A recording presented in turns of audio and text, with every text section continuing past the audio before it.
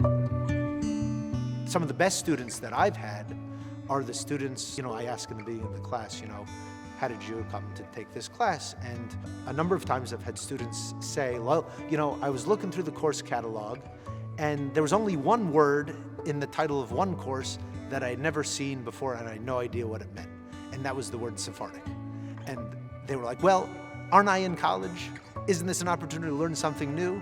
And so those students who come with no background but come with a deep interest and curiosity, they do very well in the class because they're committed to learning something new, and that's what we can offer. From the time I was born, we spoke Ladino. That was our main language. The people from Rhodes established a synagogue on 15th and Fur. The people from Turkey established one on 20th and Fur. As a result, the Sephardic people all lived close to their synagogue, so it was within less than a square mile that all of these hundreds of Sephardics lived.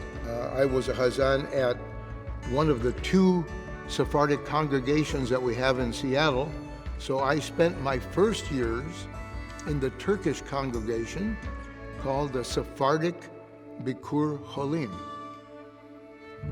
I felt like I was a minority of a minority because I knew I was Jewish, but I didn't have like the same Jewish vocabulary that some of the kids had. People didn't know we were Jewish. They'd say, oh, I don't know what Sephardic is. I did not know what a Sephardic Jew was. I had never realized there was a different kind of Jew. In Spain, they recognized it immediately. The moment she spoke to them, they said, "You're Sephardic, that's Ladino." Lucy used it in Spain, she used it with Hispanic people here in this country. They all understood her. She always explained to them that the dialect was a little different and tried to give them some education where Ladino came from and the difference between it and the Spanish spoken in Mexico. When you have students who come to a class on Sephardic history or culture who have absolutely no prior exposure, and then you have students who come because they're wanting to learn something about their own culture and their own history, and then you have students who maybe are interested in Jewish studies more generally, or you have students that come at it from the Spanish angle, or you have students that come at it from the Ottoman, Turkish, or Middle East angle.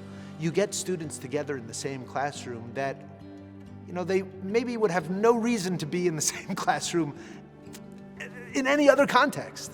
And that creates really special synergies and relationships. I think we're all aware that this designation of Ladino is an endangered language, and that's a reality. But I think we should always also focus on what's happening. Like, students from non-Sephardic, non-Jewish backgrounds are taking Ladino classes. People from non-Sephardic, non-Jewish backgrounds, they're teaching Ladino. So these are big changes. And in the scholarship, there is this growing field we call Sephardic Studies. So rather than describing and defining Ladino as a dead or dying language, I think I tend to focus on its survival, the resilience and the creativity within the language. In the academic world, it really has a place.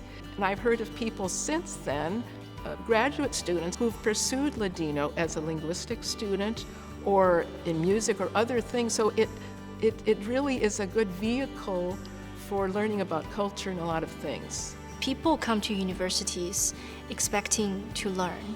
I mean, not only students, but also community members. They come to university events. They're ready to learn. They're ready to absorb the knowledge. The Sephardic Jews have been through so much. They've worked so hard, from every place they've been to, from Spain to Salonika to here, that it's really important to preserve those traditions and that culture, and that language is part of it. And I think that that's the big takeaway. We need to carry that on today. Here we are in the halls of academia, and we are dedicating resources and time and energy and investing not only in the past of Ladino, but also its present and its future.